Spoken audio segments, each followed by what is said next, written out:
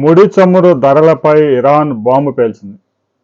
రాబోయే కొద్ది రోజుల్లోనే బ్యారెల్ ముడి చమురు $200 దాటిపోయే ప్రమాదం ఉంది. ఇప్పటికే ఒక బ్యారెల్ క్రూడ్ ఆయిల్ $100 దాటిపోయింది.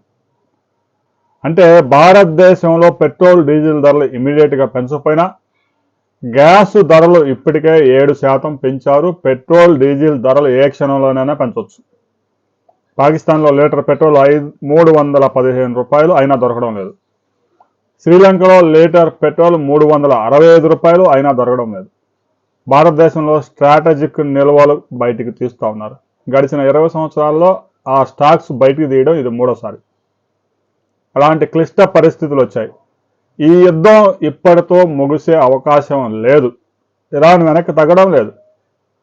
లొంగిపోతుందని భావించారు ఇరాన్. కానీ యుద్ధం ఆపాలంటే మేమైతే ఏదైతే పెట్టామో షరతులు వాటిని అంగీకరిస్తేనే మేము యుద్ధం ఆపుతామని ఇరాన్ చెప్తా ఉంది. ఇరానే షరతులు పెడతా ఉంది అమెరికాకి. దీంతో యుద్ధం ఇప్పట్లో ఆగే అవకాశాలు లేవు. హార్ముజ్ జలసంధి నుంచి ప్రపంచానికి ఇంధనాన్ని అందించే జలసంధి మూసుకుపోయింది. దీంతో అనేక దేశాలు అతలాకుతలం అవుతా ఉన్నాయి. భారతదేశంలో ఇప్పటికే వాణిజ్య గ్యాస్ సరఫరా పూర్తిగా నిలిచిపోయింది.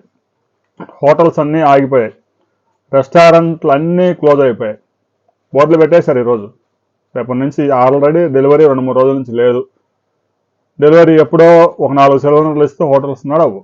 ఇక ఈ గృహ వినియోగదారులు ఎవరైతే ఉన్నారో దానికి కూడా ఫుల్ డిమాండ్ వచ్చింది. సాధారణంగా బుకింగ్ కన్నా కూడా 300% అధికంగా గృహ వినియోగాల బుకింగ్స్ జరుగుతూ ఉన్నాయి.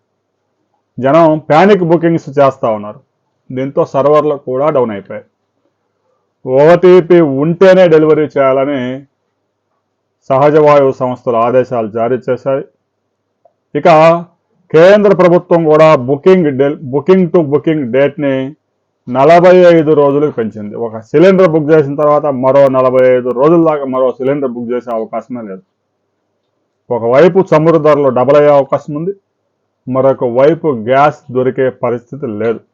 రాబోయే కొద్ది రోజుల్లో గనక యుద్ధం గనక ముగియకపోతే పరిస్థితులు మరింత దిగజారే అవకాశం ఉంది. ఇలాంటి పరిస్థితుల్లో ఒక గుడ్ న్యూస్ ఏంటంటే భారత్కు చెందిన నౌకల మీద మేము దాడి చేయము అని ఇరాన్ ప్రకటించింది. అది ఎంతవరకు అమల్లోకి వస్తుంది అనేది రాబోయే కొద్ది గంటల్లోనే తేలిపోతుంది.